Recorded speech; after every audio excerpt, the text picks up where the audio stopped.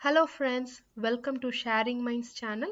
இன்னைக்கு டெக் நியூஸ்ல நம்ம ஒரு இன்ட்ரெஸ்டிங்கான ஸ்டோரியை பார்க்க போறோம்.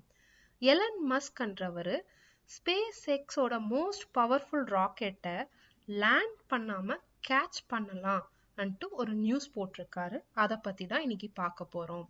அதுக்கு முன்னாடி எலன் மஸ்க்ன்றவர் யாரு, ஸ்பேஸ் எக்ஸ் கம்பெனி என்ன செஞ்சிட்டு இருக்குன்றத கொஞ்சம் டீட்டெயில்டா பார்ப்போம். அப்பதான் இந்த நியூஸ் நம்மளுக்கு புரியும்.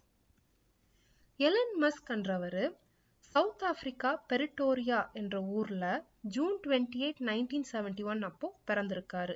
இவங்க அம்மா ஒரு கெனடியன் அண்ட் இவங்க அப்பா ஒரு சவுத் ஆப்பிரிக்கன். இவர் சின்ன வயசுல நிறைய கஷ்டங்களை அனுபவிச்சிருக்காரு. இவருக்கு ஒரு 10 வயசு இருக்கும்போது கம்ப்யூட்டர் லாங்குவேஜ் மேல இன்ட்ரெஸ்ட் வந்துச்சு. ஒரு 12 வயசு இருக்கும்போது பேசிக் கோட் அப்போ இருந்த ஒரு லாங்குவேஜ், கம்ப்யூட்டர் லாங்குவேஜை மேனுவல் வச்சே படிச்சு ஒரு வீடியோ கேம் ரெடி பண்ணி $500க்கு செல்லும் பண்ணியிருக்காரு. அப்புறம் இவர் ஹையர் ஸ்டடீஸ் பார்த்தீங்கன்னா கனடால பண்ணியிருக்காரு.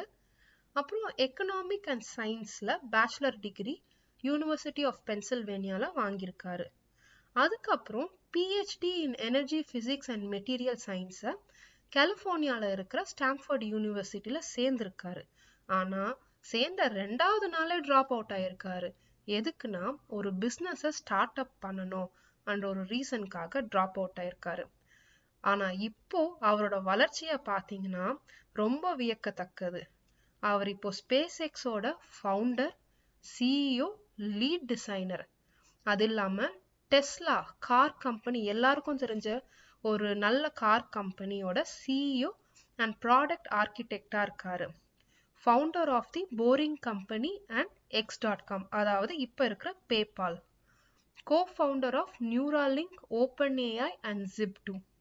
Chairman of solar city.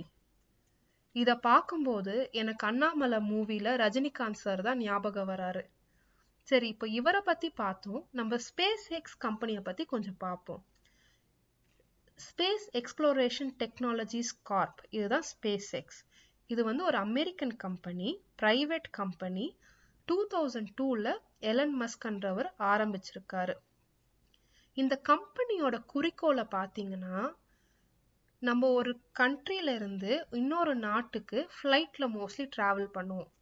ஆனா இந்த கம்பெனியோட குறிக்கோள் மார்ஸுக்கு மக்களை டிரான்ஸ்போர்ட் பண்ணணும், கார்கோவை டிரான்ஸ்போர்ட் பண்ணணும், ஸ்பேஸுக்கு டிரான்ஸ்போர்ட் பண்ணணும்ன்றதான் இவங்களோட குறிக்கோள். இது வியக்கத்தக்கதா இருக்கு, ரொம்ப இன்ட்ரெஸ்டிங்கா இருக்கு. ஸோ 2002ல இருந்து இது வரைக்குமே இந்த கம்பெனி வந்து நிறைய சாதனைகளை பண்ணியிருக்கு. நிறைய லான்ச் வெஹிக்கிள்ஸ், நிறைய ராக்கெட்ஸை ஸ்பேஸுக்கு அனுப்பிச்சிருக்காங்க. இதுல முக்கியமான அச்சீவ்மெண்ட்ஸ் பார்த்தீங்கன்னா, சில ஆஸ்ட்ரோநாட்ஸை இன்டர்நேஷனல் ஸ்பேஸ் ஸ்டேஷன் ISS அவங்க ராக்கெட்ஸ் மூலியமா அனுப்பிச்சிருக்காங்க. அது இல்லாம பூஸ்டர்ஸ், அதாவது ராக்கெட்ஸ் அதை வந்து ரீயூஸ் பண்ற ஒரு டெக்னாலஜியை கண்டுபிடிச்சிருக்காங்க. இதனால ராக்கெட்டை கிரியேட் பண்ற, டெவலப் பண்ற காஸ்ட் வந்து நிறையவே வந்து குறையுது. இதுதான் இந்த கம்பெனியோட மேஜர் அச்சீவ்மெண்ட். அது இல்லாம இப்போ கரண்டா பாத்தீங்கன்னா super heavy lift launch system, அதாவது ஸ்பேஸுக்கு, மார்ஸுக்கோ இல்ல மூணுக்கோ 100 பேசஞ்சர்ஸ் இருக்கிற ஒரு ஸ்டார் ஷிப்பை அனுப்புறதுக்கான ஒரு வேலை டெக்சாஸ்ல, யூஎஸ்ஏல இருக்கிற ஒரு ஸ்டேட் டெக்சாஸ்ல இது நடந்துகிட்டு இருக்கு. இந்த நியூஸும் இத பத்தி தான். அதுக்கு முன்னாடி சூப்பர் ஹெவி ராக்கெட்ஸ்னா என்னன்றத கொஞ்சம் பார்ப்போம். ராக்கெட்ஸ்ல 3 டைப்ஸ் இருக்கு. ஒன்னு ஸ்மால் ராக்கெட், இது வந்து ஒரு 100 கிலோகிராம் இருக்கிற பொருளை டெலிவர் பண்ற அளவுக்கு சைஸான ராக்கெட். அடுத்து பார்த்தீங்கன்னா மீடியம் லிஃப்ட் லான்ச் வெஹிக்கிள்ஸ். இதில் வந்து 22,800 கிலோகிராம் இருக்கிற மாஸ் வெயிட்டை வந்து டெலிவர் பண்ணக்கூடிய ராக்கெட்ஸ். அடுத்து பார்த்தீங்கன்னா ஹெவி லிஃப்ட் லான்ச் வெஹிக்கிள்ஸ். இது வந்து 63,800 kgs ஹெவியா இருக்கிற டெலிவரியை பண்ணக்கூடிய ராக்கெட்ஸ். இப்போ நம்ம பேசுறது சூப்பர் ஹெவி ராக்கெட்ஸ். நான் சொன்னேன் இல்லையா, ஸ்டார்ஷிப் 100 பேர் மக்கள்ல வந்து ஸ்பேஸுக்கு கொண்டு வரலாம் அதுக்காக யூஸ் பண்ற சூப்பர் ஹெவி பூஸ்டர்ஸ். பூஸ்டர்ஸ் என்னன்னா, ஒரு ராக்கெட், ஒரு பொருளை நம்ம ஸ்பேஸுக்கு அனுப்புறோம்னா அந்த ராக்கெட் வந்து பூமியை விட்டு வெளில போறதுக்கு ஒரு ஃபியூவல் எனர்ஜி தேவைப்படுது. ஒரு இன்ஜின் மாதிரி வச்சுக்கோங்களேன், எர்த் அட்மாஸ்பியரை விட்டு வெளில போறதுக்கு. ஸோ இந்த பூஸ்டர்ஸ் இருந்தாதான் அந்த ராக்கெட்னால எர்த் அட்மாஸ்பியர் இருந்து வெளில போயிட்டு ஸ்பேஸுக்கு போக முடியும். ஸோ இந்த பூஸ்டர்ஸ் இந்த ராக்கெட்டை வந்து வெளியில விட்டுட்டு அதுக்கப்புறம் திரும்பி பூமிக்கே வந்துடும். முன்னாடிலாம் பாத்தீங்கன்னா பூமிக்கு வரும்போது கடல்ல விழுந்துரும். இது வந்து பெருசா ரீயூஸ் பண்ண முடியாது. திருப்பி ஆரம்பத்துல இருந்து அந்த ராக்கெட்ஸை, இந்த பூஸ்டர் ராக்கெட்ஸை ரெடி பண்ணணும். ஆனா இப்போ இந்த ஸ்பேஸ் எக்ஸ் வந்து இந்த பூஸ்டர் ராக்கெட்ஸை ரீயூஸ் பண்ற மாதிரி கிரியேட் பண்ணியிருக்காங்க. அதாவது இந்த ராக்கெட் திரும்பி அவங்க எங்க இருந்து லான்ச் பண்ணாங்களோ அந்த லான்ச்சிங் டவருக்கே திரும்பி வந்து லேண்ட் ஆயிடுது சேஃபா. இதுதான் இவங்களோட பெரிய அச்சீவ்மெண்ட். இப்போ இந்த சூப்பர் ஹெவி, இந்த ஸ்டார் ஷிப்புக்குமே வந்து இந்த சூப்பர் ஹெவி லான்ச் வெஹிக்கல்ஸை டெக்சாஸ்ல ரெடி பண்ணிட்டு இருக்காங்க. இதுல சக்சஸும் ஆயிருக்காங்க. ப்ரோட்டோடைப் ஃபியூ மந்த்ஸ்க்கு முன்னாடி ஒரு ப்ரோட்டோடைப் ரெடி பண்ணி எவ்வளவு தூரம் அது போகுது டெஸ்ட் பண்ணலாம்ன்ட்டு லான்ச் பண்ணியிருக்காங்க. அவங்க எதிர்பார்த்த ஆல்டிடியூட் போயிட்டு திரும்பி வந்தும் லேண்டும் ஆயிருக்கு. ஆனா லேண்ட் ஆன இடத்துல ஒரு பிரச்சனை ஆயிருக்கு. ஏன்னா இது சூப்பர் ஹெவின்றதால வெயிட் ஜாஸ்தி. யூஸ்வலா ஒரு ராக்கெட் திரும்பி வந்து லேண்ட் ஆகும்போது ராக்கெட் லெக்ஸ், இந்த படத்துல பாத்தீங்கன்னா முதல் படத்துல ராக்கெட் லெக்ஸை வச்சுதான் லேண்ட் ஆகும் திரும்பி வரும்போது.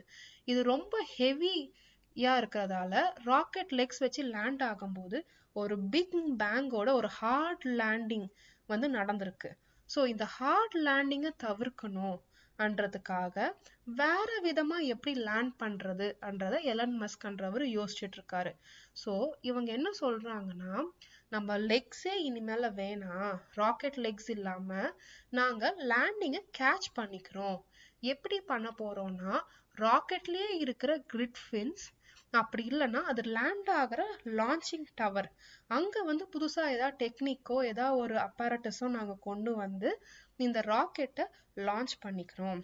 ஸோ இந்த மாதிரி நம்ம பண்றதால கண்டுபிடிச்சோம்னா அந்த ராக்கெட் லெக்ஸ் இல்லாததால காஸ்ட் குறையும் இன்னுமே. அது இல்லாம எஃபிஷியண்டா அதை லேண்ட் பண்ணலாம்.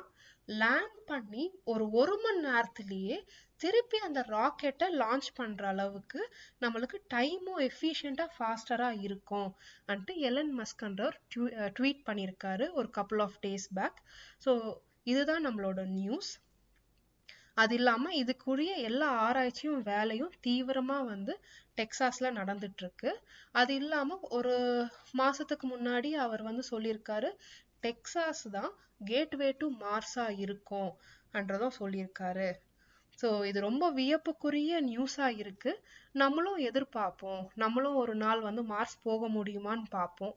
Hope you all like this video. Please do share, subscribe and comment. Thanks for watching the video. Bye.